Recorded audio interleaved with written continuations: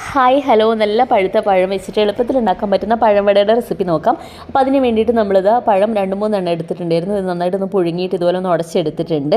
ഇനി നമ്മളിതിലേക്ക് ഒരു കപ്പ് തേങ്ങയും അതുപോലെ തന്നെ ഒരു 1/4 കപ്പ് പഞ്ചസാരയും പിന്നെ ഒരു നുള്ള് ചെറിയ ജീരകവും പിന്നെ 2 ഏലക്കയുടെ മണിയും അതുപോലെ തന്നെ ഒരു നുള്ള് ഉപ്പും എടുത്തിട്ടുണ്ടായിരുന്നു. പിന്നെ ഒരു കപ്പ് ആട്ടപ്പൊടി എടുത്തിട്ടുണ്ടായിരുന്നു. പക്ഷേ 3/4 കപ്പേ നമ്മൾ ഉപയോഗിച്ചുള്ളൂ കേട്ടോ.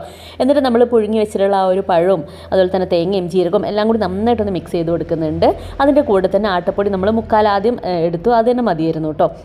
എന്നിട്ട് ഇതാ ഇതുപോലെ ഈ ഒരു കൺസിസ്റ്റൻസിലാക്കി എടുക്കുക. എന്നിട്ട് കയ്യിൽ വെച്ചിട്ട് നന്നായിട്ട് ബൗളാക്കി എടുത്തിട്ട് നടുഭാഗത്തൊരു ഹോളൊക്കെ ആക്കി വെച്ചിട്ടുണ്ട്. വടയുടെ ഒരു ഷേപ്പ് ഏകദേശം ആയി വന്നിട്ടുണ്ട്. ഇനി നമ്മളിതൊരു പാൻ വെച്ചിട്ട് പാനൊക്കെ ഒന്ന് ചൂടായി വന്നപ്പോൾ അതിലേക്ക് വെളിച്ചെണ്ണ കൊഴിച്ച് കൊടുത്തിട്ടുണ്ടായിരുന്നു. വെളിച്ചെണ്ണ ചൂടായി വന്നപ്പോൾ ഇതാ നമ്മൾ പഴംവട ഓരോന്നായിട്ട് ചുട്ടെടുക്കുകയാണ്, പൊരിച്ചെടുക്കുകയാണ് കേട്ടോ. അപ്പോൾ 2 സൈഡും ബ്രൗൺ കളർ ആകുന്നവരെ അങ്ങോട്ടും ഇങ്ങോട്ടും തിരിച്ച് മറിച്ചൊക്കെ ഒന്ന് റെഡിയാക്കി എടുക്കുകയാണ്. കുട്ടികൾക്ക് ഒരുപാട് ഇഷ്ടവും, ട്രൈ ചെയ്ത് നോക്കുക. പഴുത്ത പഴം വെച്ചിട്ട് ചെയ്യുമ്പോൾ നല്ല ടേസ്റ്റ് ഉണ്ടാവും കേട്ടോ.